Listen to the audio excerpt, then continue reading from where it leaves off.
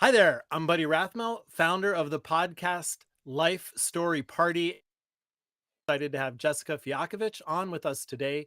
Jessica has an amazing resume. She jumped into business in her 20s and has not looked back.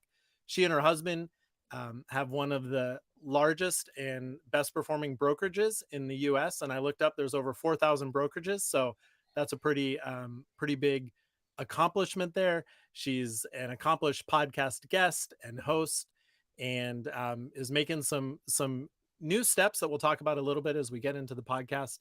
She has a website, exitfactor.com, where you can find her new book, Getting the Most for Selling Your Business. And basically, it comes from all her years of experience in being a business broker and how you can get the most out of your business. Jessica, welcome to the podcast. Thank you so much, buddy. I'm happy to be here. Yeah. Well, I'm excited to hear a bit of your story and excited just for the things that I can learn from you as well.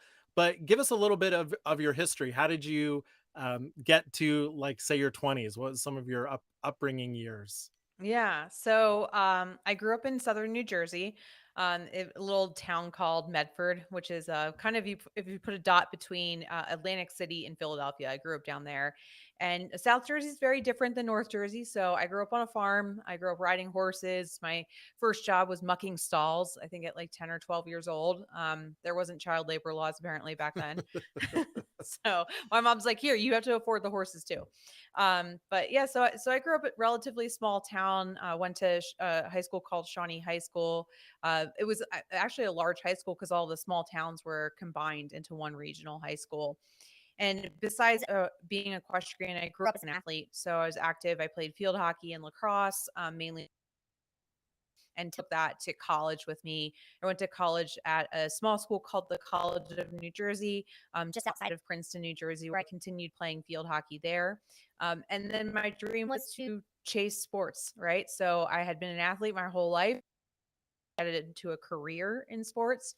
And I was able to, through some internships, start with and then I got hired by the Philadelphia Eagles and eventually landed with the Philadelphia Flyers and Comcast Spectacor, their parent organization, after college. So spent my first career there before becoming an entrepreneur. Cool. Yeah, I actually one of my favorite sports growing up was lacrosse, and when I moved to Germany in 11th grade, they didn't have it anymore, so that was a sad end to that sport. Are you still connected with any of your college field hockey friends, or is that kind of gone I by mean, the wayside over? Instagram and Facebook makes everything super easy, right? So we're Yeah. connected that way. I mean, my college roommate, one of my closest friends, Kimmy, and I still trade messages back and forth on Instagram.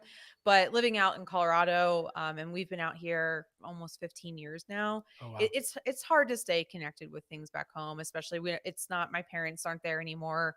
My dad's moved out of the small town. My mom's actually moved out here to Colorado, so I don't even remember the last time I was back. So that makes it a little tough. Yeah. Yeah. So one more personal question before we dive into the business side of things. So you've lived in a lot of places and you have the means to kind of live where you want. What made you pick Colorado and Dallas as the places that you frequent? Yeah, so we moved out to Aspen originally, my husband and I, and we got sick of the winters because, I mean, in Aspen, there's some real winters up there, like times where you can't get out of town. And so we left after 2 years and went to Florida and thought it would be amazing to live on a beach. And we hated Florida. So I love the beach, but I don't like humidity and I don't Mm, like large insects. And yeah. insects are, one of the main components that you have in Florida. It's like, have living with like a neighbor. So, when we sold that business, which I'm sure we'll talk a little bit more about, my husband and I did a 6 month road trip across the US and we got to visit all the different places. And Colorado just really still felt like home. I love Mhm. being in proximity to the mountains. I love being not totally on the West Coast, but in proximity. I can get on a plane and be in California in an hour and a half, drive to California if I want. But I like the lifestyle of Colorado.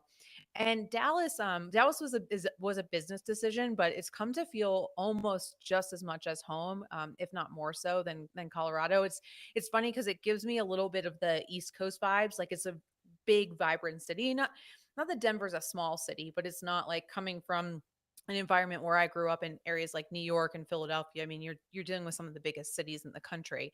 So Denver Right. feels a little bit more residential and small, and Dallas kind of delivers some of that East Coast energy back. Yeah, that's cool. I Yeah. always I love places, and I'm always interested why people pick certain areas, and honestly a lot of people don't pick, right? Like that was really Yeah. cool that you guys traveled and picked, because most people fall into, and yeah, I think picking is great. I We actually lived on a beach in Japan for a number of years, and I loved it, but there were things like sleeping on the beach that sounds really romantic and great, and then there's, yeah, the bugs, the Yes. insects, the sand. Yeah. The After sand. a Yeah. couple times I'm like, yeah, this is fun to come down to, and then Yeah. let's head I don't back know if to the they house. had these things called no-see-ums in Yeah. yeah, in Florida, and they loved me, and I just had like little tiny bites all over my ankles for like the 3 years we were there. Yeah. So how did you get into your own business, first of all? What was the transition for you? Yeah, so um kind of we the jumping back into that story, my husband and I chose to move out to Aspen for a job. We were working for a really big commercial real estate developer. And we were working on redeveloping a ski resort. So my husband moved out in 2007. I moved out in 2008. We were funded by this little bank called Lehman Brothers. So if everybody remembers how that story goes, September 2008 wasn't super friendly to that funding source. So we really had to pick a new career. We'll say that, right? We knew that that was going to be over. And my husband came from a small business background. My parents were not small business owners, but my grandparents were. So I had that in my kind of blood. And honestly, going through that whole recession and going through downsizing, it made me realize that the safest job was the one I was going to create for myself. Yeah. So we didn't have some awe-inspiring moment that made us leave our jobs and chase an entrepreneurial dream. It was actually entrepreneurship in general. And then we just came up with a list of like, okay, what can we do? Like, what makes sense in this environment? What are we going to have fun with? But we knew from that day on, and it was like April 2009, we weren't going to work for anyone else anymore. Yeah, I love that intentionality of, you know, going, yeah, we want to have a business. What do we want to have? What do we want it to look like? Um and falling into that. I think I spent a lot of years as a leadership and life coach, and one of the things I see all the time is people just feel like life happens to them. Hmm. And for a lot of business owners, it's like, no, I'm going to happen to life, and I'm going to create this thing in the way that makes the most sense, So, Yeah. yeah. It, So yeah. go ahead. No, I was gonna say it's one of the things I tell people all the time is especially like when people are looking to buy businesses from us, they're like, it's so much of a risk. And I was like, yeah, but I think the safest bet is the one you control, right? Yeah. And all these corporate careers, and they're great for some people. They're obviously not built for me. But when that recession happened and the downsizing happened in our firm, the guy sitting in his office in New York, right, had no idea who I was. I was just a Yeah. line item on a P&L, like on a Yeah. staffing spreadsheet, and that's the least amount of control that you could possibly have if you think about it. So, Yeah, for sure. yeah. So why the business brokerage? What caused you to pick that? And yeah, how did you end up there? Yeah. So we first started actually in the wine industry. So while we were living in Aspen, we had friends that owned a wine store, and we're like, well, this is pretty cool. They get to sit around and taste wine all day and talk to people. And we're like, and we loved their store. I mean, we spent way too much time in their store. So we decided we were going to replicate that. And that's why we moved to Florida. Florida is one of the biggest wine markets in the country. You obviously have a lot of retired people that have not a whole lot to do besides drink wine. So great market for a wine company. So we moved down there and we opened a retail store, and we did very well. But like I kind of told you already, I hated Florida. So, Yeah. 3 years in, it was not the place for us. We wanted to move back to Colorado, and we went through the business sale process. We sold our business down there, and it went well financially for us, but it was really stressful. It was really trying. I felt like there's just like a total lack of professionalism around it because we Yeah. were a small business, right? And so that's why we jumped into business brokerage, was because we didn't want other small business owners to feel like we did. We wanted to make sure that they had the resources, they had professional advisors that they could go to. And that's really what propelled us into business brokerage. Yeah. And It was fun just in reading your book just to see the where your heart came from to jump into that, and honestly, like, restored my faith a little bit in business brokers because um, I had one big experience that didn't go well where, um, yeah, he was trying to keep me and the business owner far apart, and we didn't know till we got down the road that he was lying to each of us on Mm. each side, and I was like, "What? How did he think this was going to end well?" I don't know if he just thought if he kept the facts out long enough, where I thought everything I was telling him he was sharing, and so when I read your book, I was like, "Okay, I you've restored my faith in business brokers, and obviously." Why you grew, if you're going to be excellent in a field where I wouldn't say mediocrity because there's a lot of excellent. I actually have met some really great business brokers on the other hand. Yeah. Um, but where some people skate by, I can see why you were able to grow and grow the largest brokerage in the US because of that heart that you really did want to serve people and help them, to get the most out of that they could out of their business and be that person. So what were some of the factors? Obviously heart is a big one. What Yep. else helped you to grow that brokerage to that size? Um, I mean the heart, but what's tied to heart too is all of our team members come from a small business background. So they've Mhm. either owned a business and gone through the sale process themselves. About 40 to 50% of our team members have, or they grew up in a family business environment where they were like running, managing, exposed to family businesses. So I think there's a cultural piece that it's very hard to teach how to be empathetic and put yourself in a small business owner's shoes because and like in the book, like I talk a lot about how we treat the business as a baby, and I've treated my business as a baby. And I think that dynamic's very hard to communicate and to teach if you Mhm. haven't lived through it or if you haven't seen it. So Yeah. that's a big differentiator for it for us. Also, like our training program, right? So we are part of a franchise system, Transworld Business Advisors, that does help with initial training, but our teams specifically go through extensive continuing education and training. It's a dynamic industry, and when we look at, like, we just did our SWOT analysis to update after Q1 last week, and we're looking at what can affect our market, what can affect business sales, and there's so many different things. Like you can look at the macro environment with inflation and interest rates. You can look at even the global market with what's going on in Russia and Ukraine. And then it goes down to, well, what's happening in Colorado and our labor laws changed last year and how does that affect? So there's this continuing education aspect that really, to be on top of your game, you have to understand all of those dynamics and how they interact and then how they trickle down and they affect small businesses and especially small business sales. So that continuing education and ongoing training that we have with our team really has set us apart a lot. Yeah, that's pretty cool. Yeah. What would you say is the number one false expectation a seller has when they come to you? What are the things where you're like, oh man, you're sitting down and you're like, I'm gonna have to slap them in the face with reality.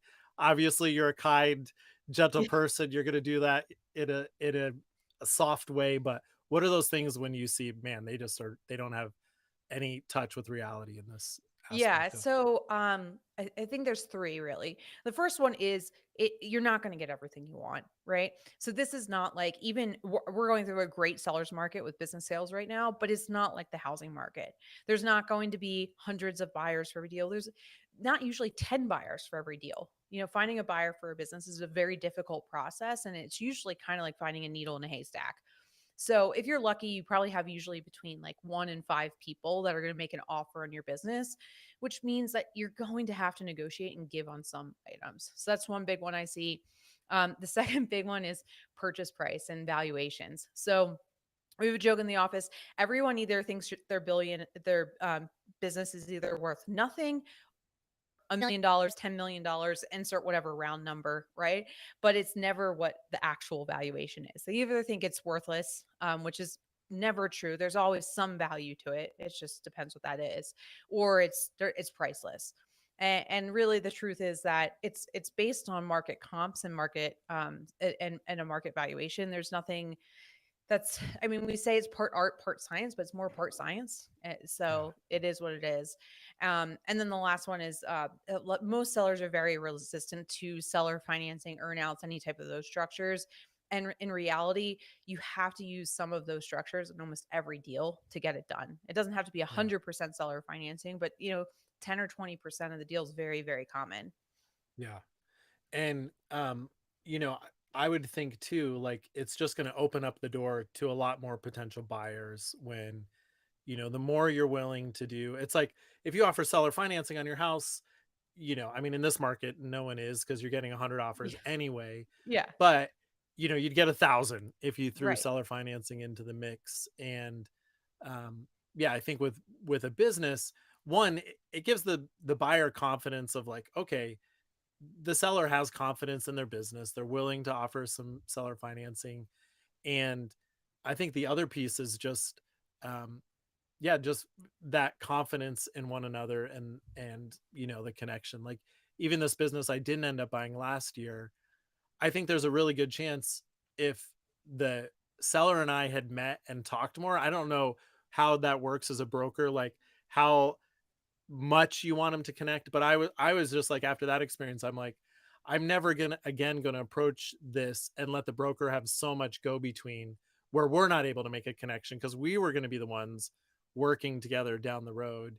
Yep. And so what that process looks like. So I don't know what a normal Yeah. And how there's a process. At some point the buyer and seller have to form a relationship together. I always say it's like a short-term marriage, right? Because it's not like, Mhm, if we use the house analogy again, you're not going to just hand over the keys to the business and walk away as a seller. There's usually a transition period that can be a couple weeks or a couple months or even a year. So it is a short-term marriage, right? So they have to form the relationship at some point. Usually there's a vetting process with buyers because, although I said there's usually only 1 to 5 offers usually on a business, there's thousands of buyers that inquire every day. So there's a right, vetting process the brokers use to make sure it's not wasting the seller's time. But at right, some point, you have to let them build that relationship. yeah, And then to your point, buddy, like part of that relationship, that seller financing, that what you said about instilling confidence, that's all it's about. It's not about the yeah, fact that the buyers really need the money. They can come up with the money some other ways most of the time. It's about the confidence that the seller's showing by saying like, "Hey, I'm willing to finance part of this and you can count on me." So, yeah. yeah. How often do you see, well, probably I guess they wouldn't come through you typically if it's going to be a key employee or that kind of thing that's buying the business. You're probably, when there's not people in their network, you're their network for them in a sense. But how often do you think businesses end up with a key employee versus a stranger? Yeah, so we do get involved with key employees. So one of the things we do is we vet all the different buyer pools that could buy a business, and one of those is key employees. We don't see key employees for most transactions, and it comes down to two things mainly.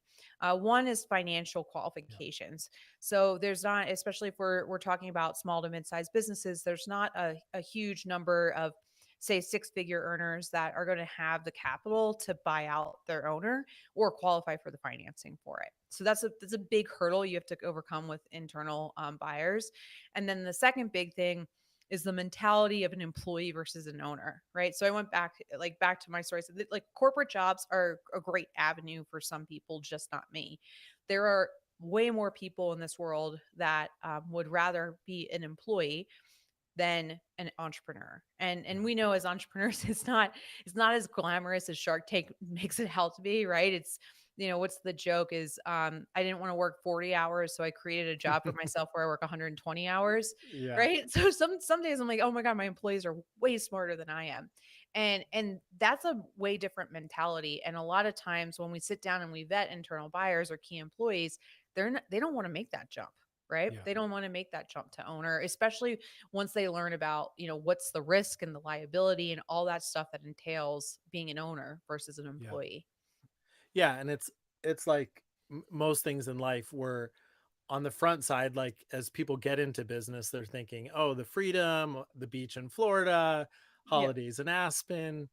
And yeah, so many business owners um, never get to that level where they create the systems that, or get the employees or whatever that allow them to get to that place, which is always crazy to me. I feel like a lot of business owners get it like 85% of the way, and then they just stop with them as the key in the middle of this hub, and then not realizing that that's actually going to make it harder to sell their business. They're going to get a less multiple for their business.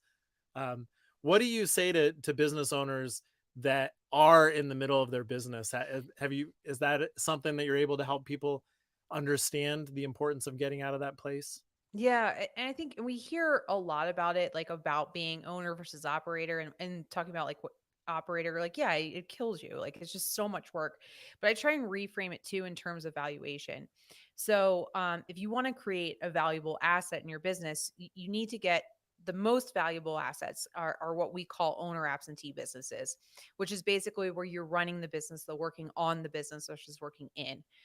Now it's a process to get there. We all know that you start your business day one, you can't usually jump into that role. But if you can get to an owner absentee model, you usually get a half to two times more multiple on your business, no matter what level you're at. So I try and reframe it like that because like that's a lot of value, right? Yeah. I mean, if you're thinking about it, say we're working off of a EBITDA of like, $300,000, that can be the difference of was it 150 to $600,000. It's a lot of money for Yeah. some people. So if we're starting to think about treating our business like an asset and just how much of a shift that asset can increase by just removing yourself. So Yeah. that's how I try and address it, at least a different spin on the same topic that we've heard from a lot of different authors about. Yeah. And if you could talk to existing business owners right now about, what would they get from reading your book? What are they going to glean from that? How is that going to help them? What would you say are some of the big takeaways that your readers are getting or your clients are getting? Yeah. I mean, really, I wrote the book to reveal the secrets of this industry. Like one of the things that I was frustrated about when I went to sell my business is I felt like there wasn't a lot of education on how the business sale process works. Like the brokers didn't provide a lot of it. And once you get inside the industry, it's a pretty simple system. Like how businesses are valued, how businesses are sold, who buys businesses, and how they're financed. It's not complex, but it just felt like this big secret. So the book is really about revealing those secrets about the topics I just talked about, like how are businesses sold, how are they valued, who buys them, right? And then it's also about where can you extract the most value. So if you are sitting in that seat where you think your business is priceless, but it's not quite at your goal price yet, like what are a few of the things that you can do to increase the value? And I touch on those in the book. And then the last section of the book is all about, we call it our top 10 list. So it's like the top 10 mistakes sellers make, the top 10 things you need to know about banking financing. It's just a brain dump of all of like the legitimate stuff that you need to know going into the process of selling your business and trying to avoid the mistakes that people have made before you. Yeah. So Jessica, if you just kind of breezed over like all the things, obviously you can't give your whole book in a 30-minute podcast, but Yeah. what would you say if somebody is wanting to sell their business in the next 2 to 3 years? You talked about getting out of the business. What Yeah. are two or three other things that you would say to almost every seller? You need to be doing this now if you want to sell in 2 to 3 years Yeah. after they So read your book. yeah, right. So financials are a huge thing. So, like I said, like the valuation of a company is really more science based. It's going to be looking at the financials of your business, and if you want any outside funding from buyers, like bank financing, things like that, which you do want because it'll get you more buyers and more money, you have to have really clean financials. So, making sure that you have consistent, clean financials put out by like a third party accountant or something like that, at least on a quarterly basis, if not monthly. And I also tell owners, 2 or 3 years out, like I would watch my financials with a fine tooth comb because if you can shave any expenses, like we're talking about multiples, right? So every dollar that you save in expenses and drop to the bottom line, if you're selling for a full 4 times multiple of EBITDA, it's $4 returning your pocket. So Yeah. shaving as many expenses as you can. And then, just like the other thing I talk about is like just on the personal side, sitting down and having a conversation, especially if you own the business with your spouse or a partner, of like, what are your expectations out of the sale and what are you going to do after? Because a business sale is probably one of the biggest life changing events that most entrepreneurs will have. Most entrepreneurs will only go through an exit once in their lives. Some of us might go through two or three, but the average is just one.